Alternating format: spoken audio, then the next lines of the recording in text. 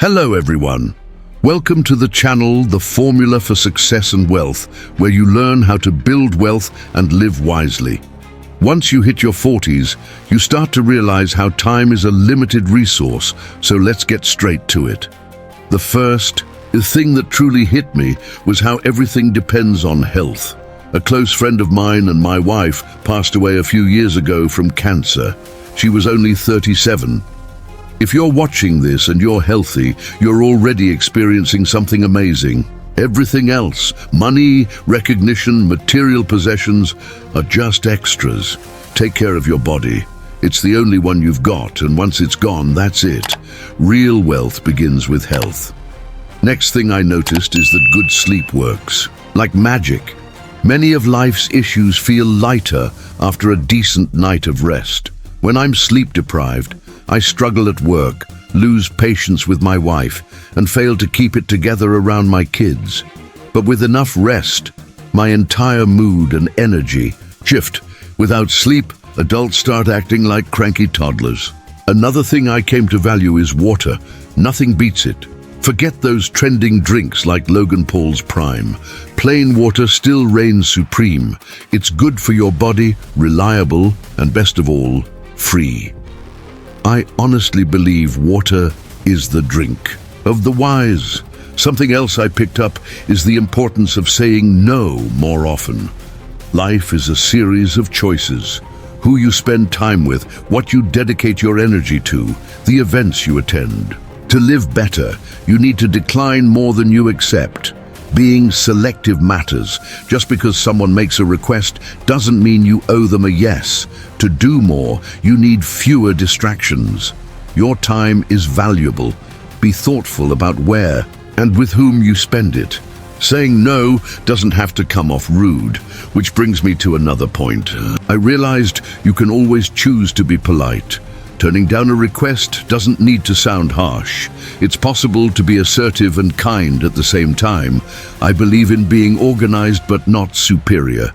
No one is above anyone else. Every person deserves respect, no matter the situation. Being kind is a decision, even when saying no. Another thing I learned is that it's never too late to start something. I launched this YouTube channel at 40. I had experience in two completely different careers, a family to care for, and no clue how to edit or record videos. The creators I watched were younger, cooler, more charismatic. And me? I had dad jokes, a history of financial mistakes, and way too much hair. But after nearly 3 years, I've come to see that it's never too late to dive into something new, even if it's scary. Life always gives you another shot. It's called tomorrow. And while we're at it, if you're on the lookout for a solid banking option, consider checking out SoFi. They offer high-yield checking and savings accounts with zero fees, and you can even earn up to $250 with direct deposit. Terms apply, of course. Use my special referral link in the description to support the channel. Everyone wins. Back to the video.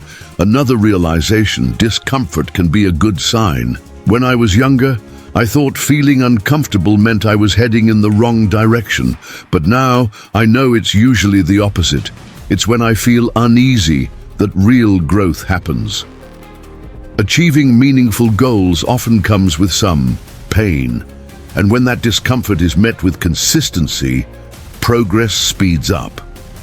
I've also come to understand that persistence is a true superpower. Sticking with something long-term is harder than people think, which makes it even more valuable. I'm not especially talented. I can't sing or dance. I'm not particularly good-looking, and I'm not a brilliant writer. But my strength lies in showing up and sticking to it. So many gifted people quit too soon because they get distracted or lose patience. I've seen bright individuals go nowhere simply because they didn't stay the course. So stay, and stay long enough. Something else I've learned: never underestimate what you're capable of. Sticking to a long-term commitment is tough because we all want instant results. But anything meaningful takes time. If you stick with it long enough, the payoff comes. Don't quit. Trust what you can do. Set your sights high, dream boldly, push yourself further. Just remember, it takes time. A lot of people overrate what they can do in 1 year and underrate what's possible over 10. And if you'd like to follow these lessons more closely, maybe you'd enjoy having a PDF version of this guide with all the insights I'm sharing here. It's like a visual summary to help you remember everything. If you're interested, the download link is in the description, free of charge. Now back to the topic. Another important thing I figured out: I'm not that smart. Probably the most honest lesson I've learned since turning 40. The truth is, I'm not the sum of my achievements. I'm mostly shaped by the mistakes I made in my 20s and 30s. Those were the lessons that really taught me something. And I'll keep messing up in my 40s too, and that's fine. It just means I'll be a little wiser in my 50s.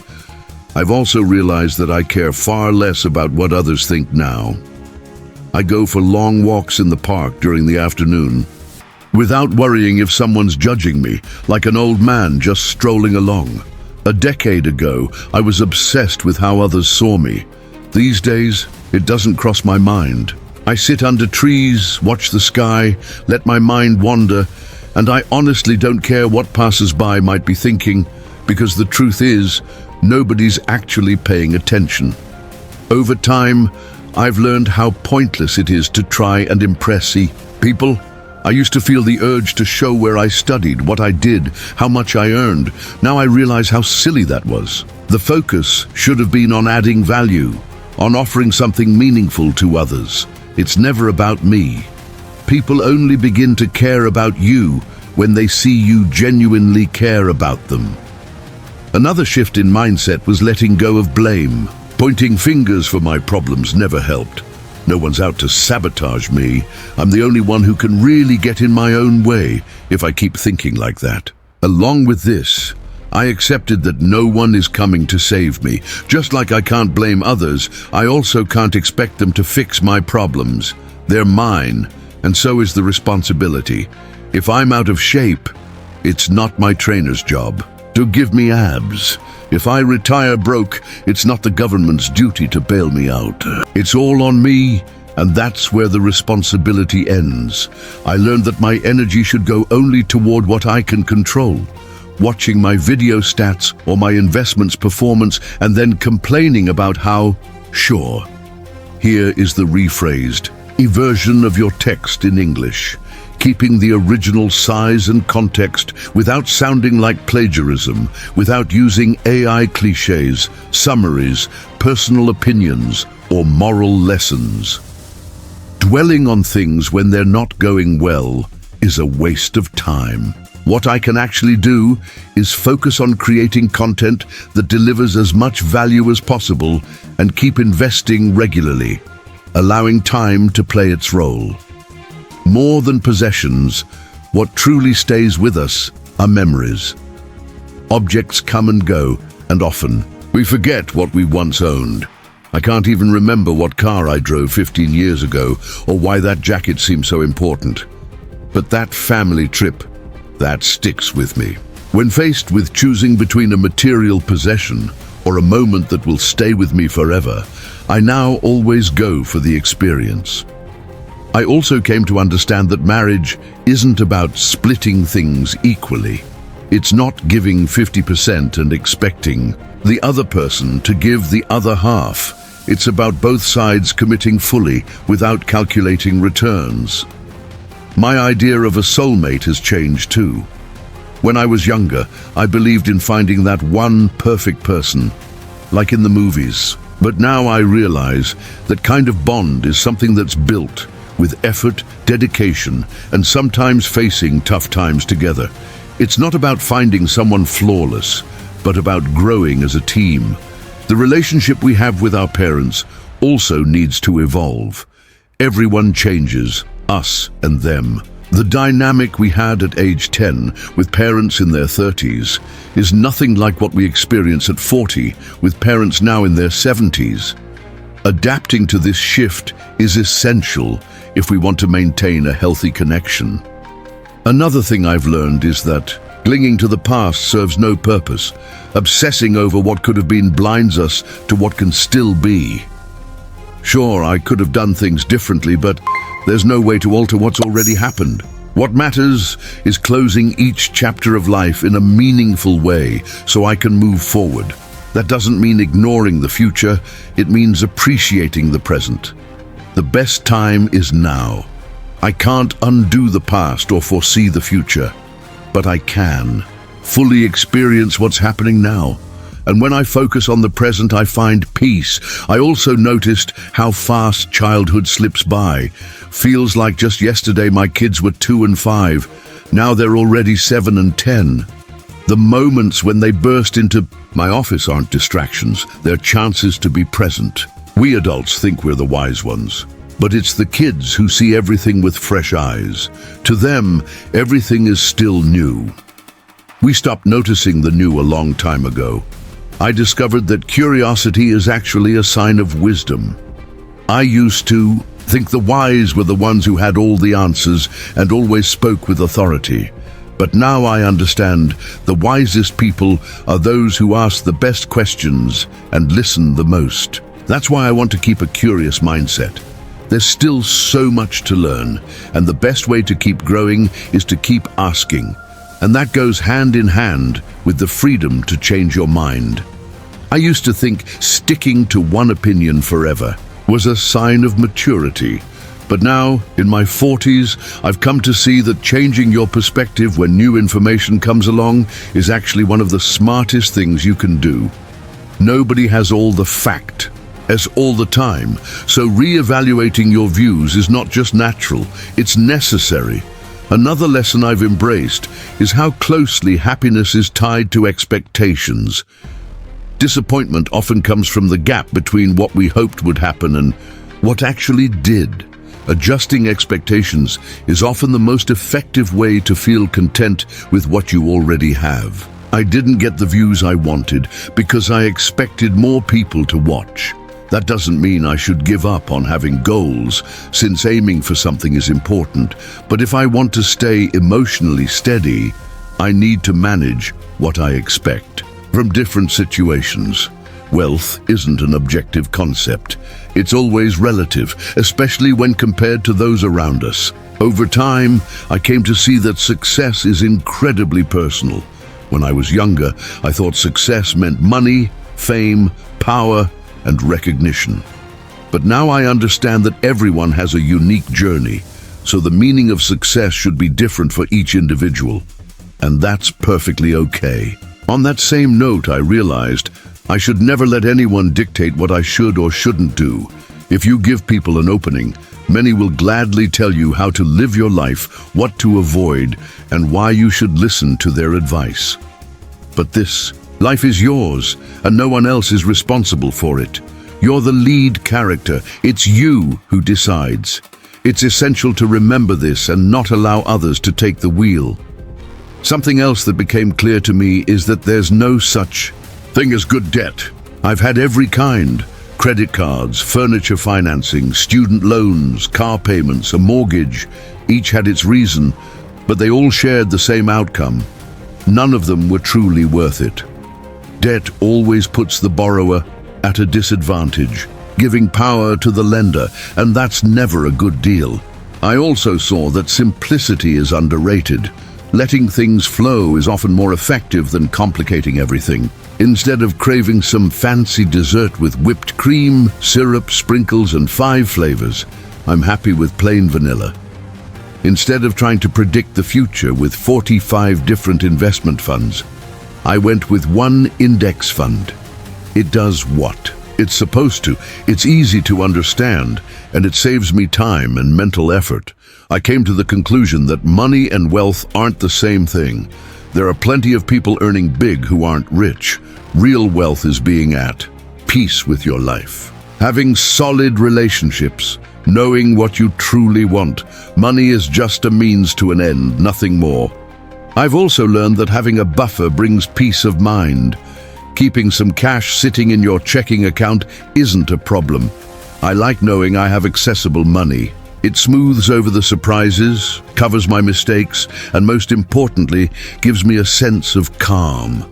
That's exactly what a buffer is for, to make predictions unnecessary. I realize that it's the big expenses that really move the needle. I used to stress over saving $2 here, 5 there, 10 on lunch.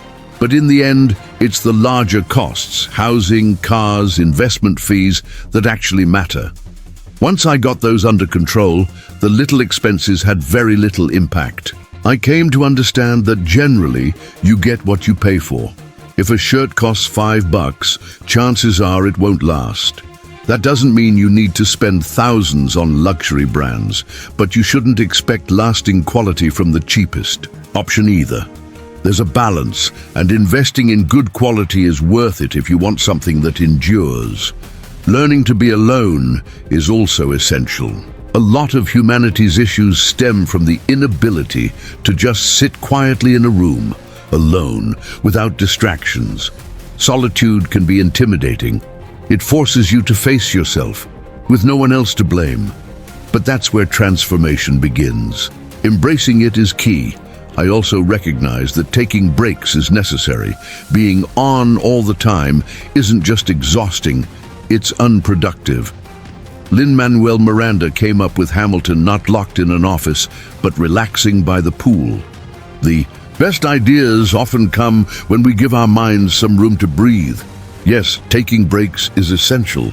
I've realized that not everyone will like me, and that's perfectly fine.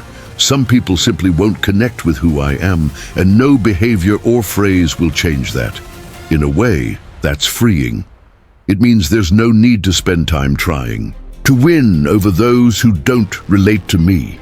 I've also lost the fear of disagreeing. When I was younger, I avoided going against others. What if they stopped liking me? What if I got excluded? But now I understand that having a different opinion is not a problem. I trust my point of view more, and I remain open to conversation. I still want to hear opposing sides, and I'm always learning. That doesn't mean I have to agree with everything all the time. I only want to spend my time with those who help me grow. Life is precious, and so is time. So I choose to be around people who push me forward, people who inspire me to become better. Reading truly changes you. No talk, movie, or experience has shaped my mindset as deeply as books have. They've broadened my understanding of the world like nothing else. I've always enjoyed reading, and I'll keep doing it as long as I can. The more we read, the more we uncover, and the more we know, the further we can go. In the end, I've come to see how young I still am. At 20, I thought 30 was old. At 30, I saw 40 as a far-off milestone. But now that I've reached my 40s, I feel more youthful than ever. The world is still full of opportunities, and they're within my reach, so come along with me on this journey. Thank you for being here. And since we're in the 40-year-old mindset, take a look at my video on the 40 financial skills you need to master before you hit this age. See you next time. And don't forget to like, share what resonated with you, and subscribe to the channel so you won't miss what's coming up. All the best.